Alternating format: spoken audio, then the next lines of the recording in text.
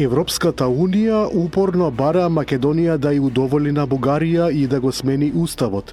Со истата упорност Брисел не дава објаснување дали тоа ќе биде последното вето или ќе следат нови условувања надвор од нормалните критериуми, како што беше многу пати досега низ годините. Од друга страна, и сегашната македонска влада е упорна, бара одговори од ЕУ. Вчера тоа пак го стори премиерот Христијан Мицкоски, кој истакна дека секоја отстапка од македонска страна резултира со нов услов и заради тоа се потребни гаранции од Европската Унија.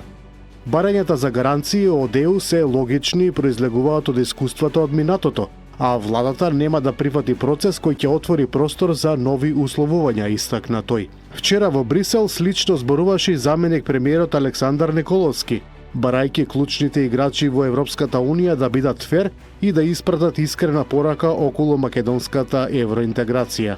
Изминативе децении Македонија направи голема жртва. Сменивме име на државата, ја променивме валутата, знамето, уставот 7 пати, сега треба и по 8 пат. И тоа е бескрајна приказна и кога зборувате со луѓето, тие прашуваат дали е ова последната работа. И тоа е одговорот што не го добиваме од Европската Унија, рече Николовски. Ке стаса ли од Брисел одговор или повторно ќе доаѓаат само барања, односно условувања?